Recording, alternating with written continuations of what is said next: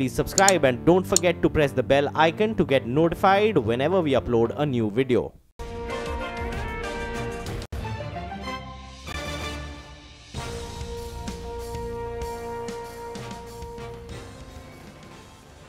Hello and welcome to the last edition of Taking Stock in 2017. It's been an enjoyable year of taking stock of the stock markets.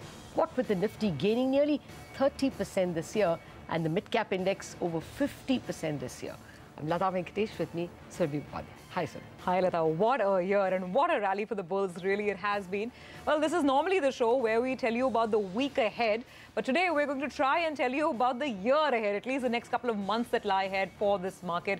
To help us figure out and go through all the news and cues, we have with us on the show today S. Krishna Kumar of Sundaram Mutual Fund and technical expert Ashwini Gujaral.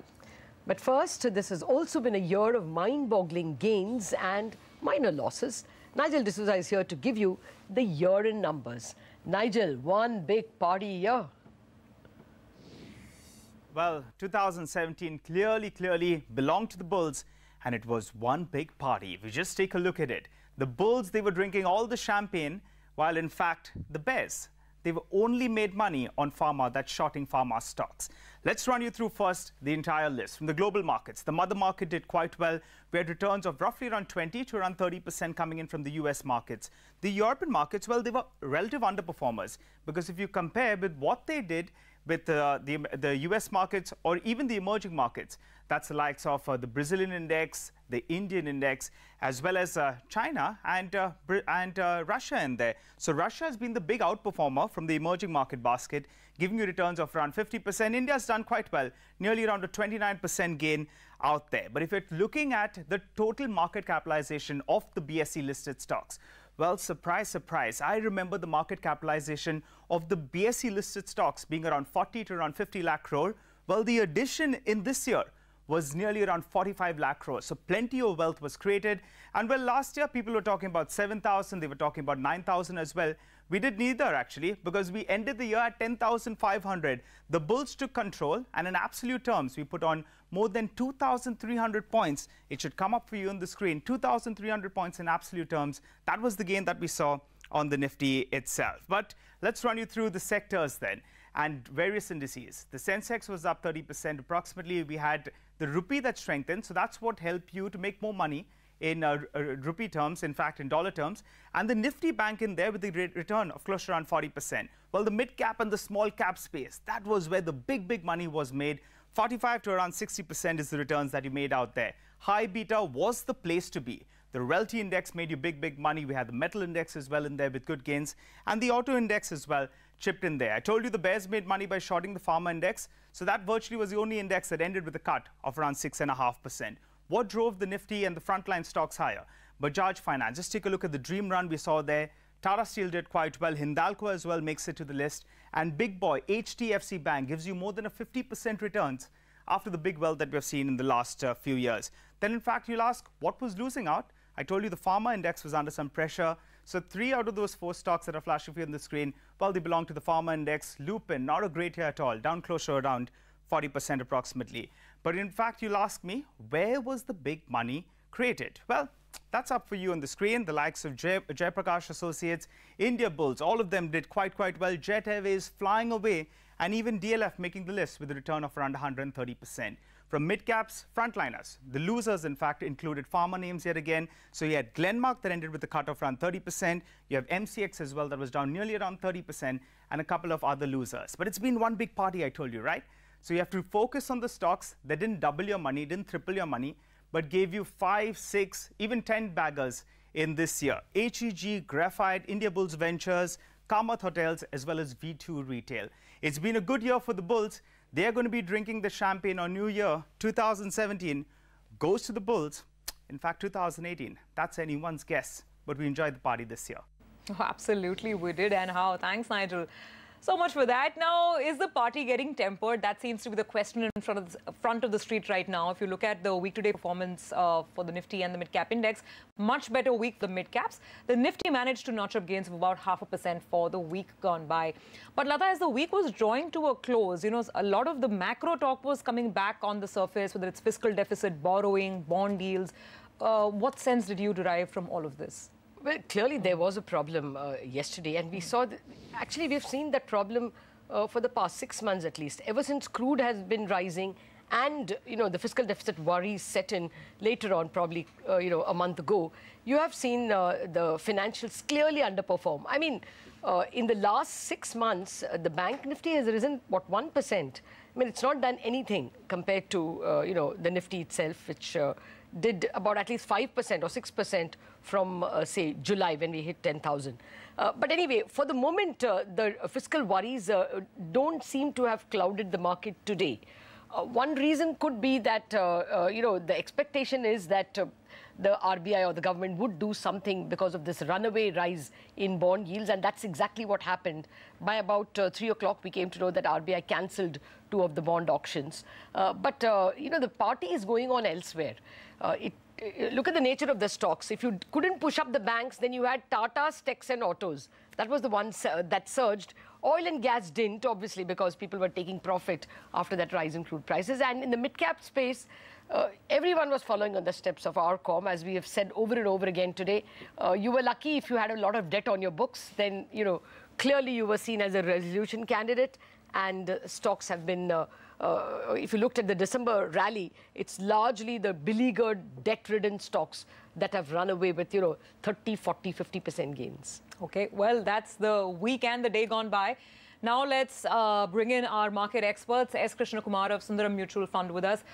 Krishna Kumar, thanks very much for joining us on the show. Season's greetings to you. Let me start by wishing you a very, very happy and prosperous 2018.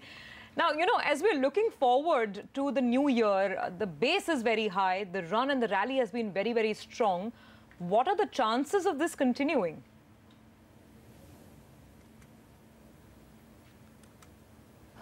Hi, good evening to you, and I wish you a happy 2018 and to your viewers.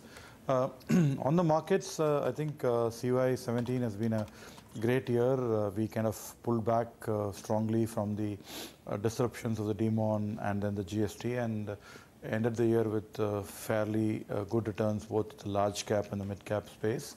As far as CY18 is concerned, I think given the kind of market levels and the valuations at about 18 times a year forward and more on the mid cap, a little bit more on the mid cap side, I think we would be a lot more conservative in terms of return expectations for the next 12 months.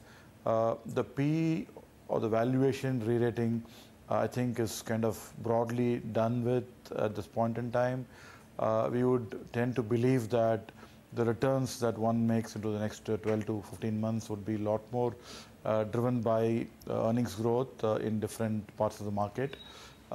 So, which means that one has to moderate expectations in terms of returns on the equity side. I think earlier you had mentioned large cap funds turned in about 30-35% returns, mid cap funds about 50 to 60%. This year, I think I would be quite happy if we did make about 15-20% kind of returns. I think that's the way I think one should look at markets. We had a good 3-4 year kind of run, and so with valuations where they are, I think the returns would be more driven by earnings growth, which we think would be between 15 and 20% for various parts of the market. But Krishna, in the first place, it wasn't. It doesn't look like it was growth and valuations that have driven even this 50% and 30% rise in the indices this year. It's largely liquidity, and that argument is going to remain. It will probably be clubbed with growth as well, since looks like the disruptions are behind us, GST and demon. If we saw the small savings rate also being clipped by the government, why should the liquidity stop?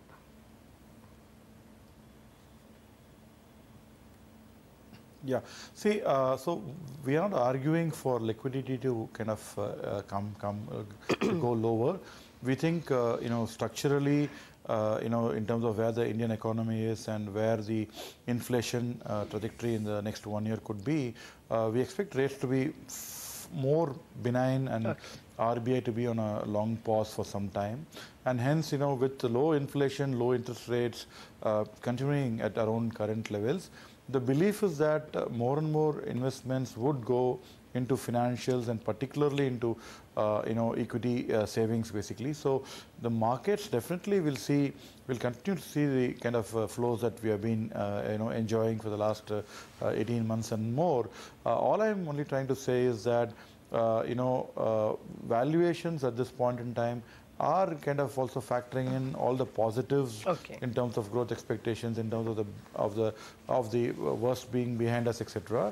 So we believe that there will be a fairly good amount of IPO paper and also government divestments, etc. that would come in, and hence the market could be a lot more balanced even in CY18 from a supply perspective. That's something that one should probably keep an eye on also. The interesting point, Krishna, you mentioned there was that you're expecting RBI to remain benign with respect to rates, despite all the headwinds, the fiscal slippage talk that we keep hearing, crude prices, inflation moving higher, etc. In which case, would you continue to recommend being, fairly loaded up on, let's say, NBFCs or financials?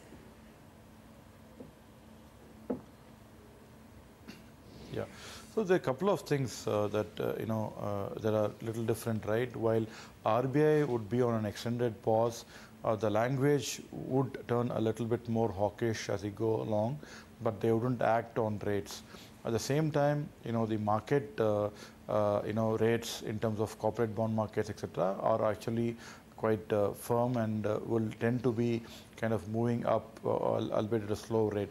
So the best of the rate scenario is behind us basically in terms of, you've seen 10-year move from 6.5 to 7.3%, etc. And also the bond yields also on the corporate bonds going up. So all I was trying to say is that, while RBI would not act, but, you can expect that market rates kind of keep going up a little bit along, along the way. But, the benefits of the past book getting repriced would still help for some of the NBFCs. But overall, I think the margins that they enjoyed, etc., are going to come under a little bit of pressure. So again, from that perspective, NBFCs may be not in the best of performance that we have seen them the last 3 to 4 years. So incrementally, they would have some impact from the monetary scenario that we are facing at this point in time, and corporate banks would also get a lot more active, and you see more healthy competition coming in there. Yeah, you're nicely leading us to the question that we always wanted to ask you. How would the texture of your stock selection change? Let's say only for the first quarter, not for the full year. Would you now, you said already you moved away from NBFCs, what would you move into?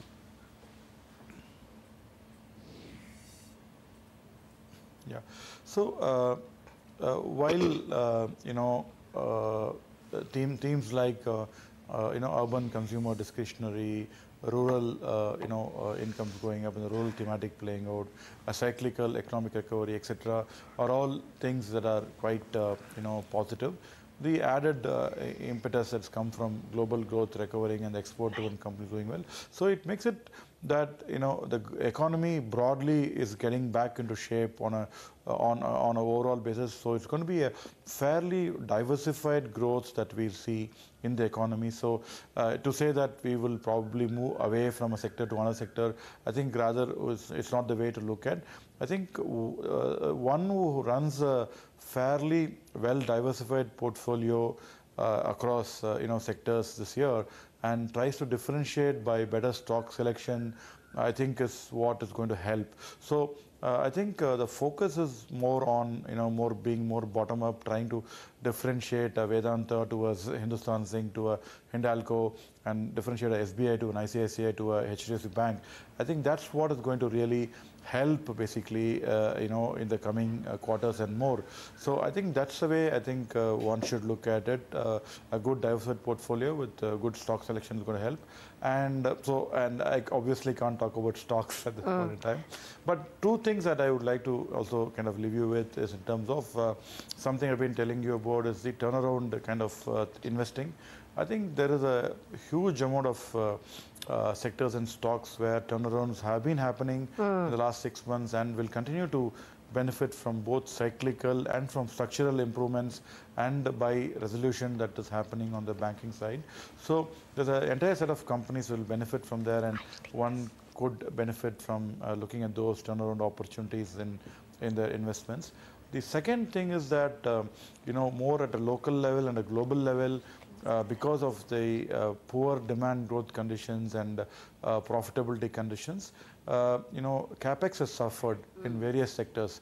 So there has been a lot of capacity constraints in different sectors that are emerging at this point in time because of global shutdowns, global issues in terms of environment, pollution, etc. And so hence we are seeing that in some of the manufacturing process chains, basically, be it on the refining side, petchem side, or chemical side, and various other industries, there are a lot of opportunities because of shortages that are sweeping through as growth comes back. So we definitely see that there are many industries where you can derive value by identifying some of the value chains where there is capacity constraints and good pricing power that has come through. I'm sure you mentioned some of the names already in some of the winners that you had last year. So I think that's the way to go, being a lot more specific in terms of subsectors, etc. Krishna, and play it forward. Yeah, Krishna, this is very tempting. So I have to ask you this. You spoke about resolution.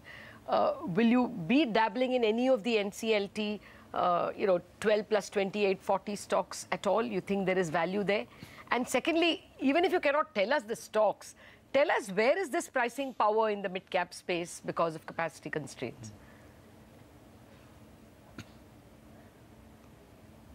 Sure.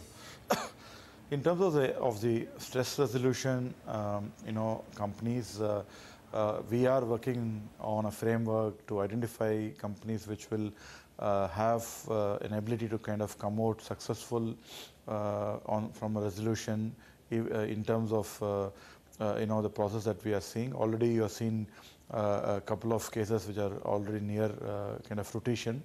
So we are looking at what kind of equity value destruction could be and how things could come back in some of the instances. So that's definitely a work in progress, and we intend to definitely participate in some of the opportunities that are available. Definitely steel is something which is looking very promising in this resolution space. So also some of the textile companies, etc. Okay. On the other question in terms of mid-cap, in terms of capacity constraints that you mentioned, clearly I think you have seen along the way, the capacity additions on the refinery and the naphtha cracking side has been something where investments have been lacking in the last couple of years, and we do not see any major refineries coming on board or naphtha crackers coming on board in the next couple of years too. So definitely there are chains which are derivatives from outputs of the crackers, etc., which definitely are seeing some amount of shortages already. We have seen some movement already, but we think it could last a couple of years more and could be a lot more stable from a margin perspective for many companies. So there are those, and there are also some of these sectors like packaging, poly films, etc., where there are a lot of shortages that are kind of creeping through. So I think you just have to be a little bit more, digging deeper to get some of these ideas. Okay, all right, Krishna Kumar, then we'll wrap it up on that note. Thank you very much for being with us and giving us your thoughts on the market and what perhaps could lie ahead in 2018. Once again, wish you a very, very happy new year from the entire CNBC TV18 team. With us on Taking Stock, we are taking stock of the week gone by, a fantastic year gone by, and of course, getting you an outlook for 2018. Ashwini Gujral here with us. So Ashwini, I mean, the bulls are going to come off on a fairly high note after this mega rally. Now, come Monday, what's the bias? Would you still go with long positions on the index? Well, it's useful to see what has happened in the past when you had big yearly gains. I think one of the big years was, 2014, where the market almost closed at about 83.50, making a high of 86.50. The next year, we closed at 79.30. The next year, we closed at about 81.75. So for 2 years, we didn't do anything. I expect similar kind of action. And the problem is that everybody is extremely gung-ho here. And, you know, once something hits, people will have a lot of wounds to lick. Yes, you know, that point is taken. I can't remember when we last could follow up a year of 30% gains with something comparable or even half of that. No, that point is taken. But for the moment, one has to keep with the bulls, you think? What would be the trade for, say, January or for next week? See, the indices have turned sideways because if banks don't participate, you know, Nifty cannot go up just with IT stocks. So I guess, you know, everything becomes sideways and, you know, the mid caps continue to run because that is a bigger bull market, you know, small and mid cap stocks, which is going on a tailwind of, you know, cost of capital. Yeah. So that way, you know, probably the indices don't do much till the budget, but you have your budget sensitives which do well. So Ashni, do you have any picks for us, whether it's intraday for Monday, week, or I don't know, longer? See, next week, I think Aarti Industries is again given you a strong breakout. These are mostly cash stocks because when you come in on Monday, there will be no global cues, etc. Volumes may be a bit low. So cash stocks will be a bit easier to drive around. So Aarti Industries is a buy with a stop of 1100, target of 1175. V-Guard is a buy with a stop of 238, target of 254. And Vardhaman Textile is a buy with a stop of 1350, target of 1430. Okay, you have kept it with the mid caps, and I'm sure there is a large audience for that. Ashini Gujral, thank you very much for being with us today through this year and, of course, guiding our viewers at every nook, every hour of trading. Thank you very much for joining us. Have a great 2018 yourself and a great 2018 to all of you who are watching. We'll be back on Monday morning and wish you a game.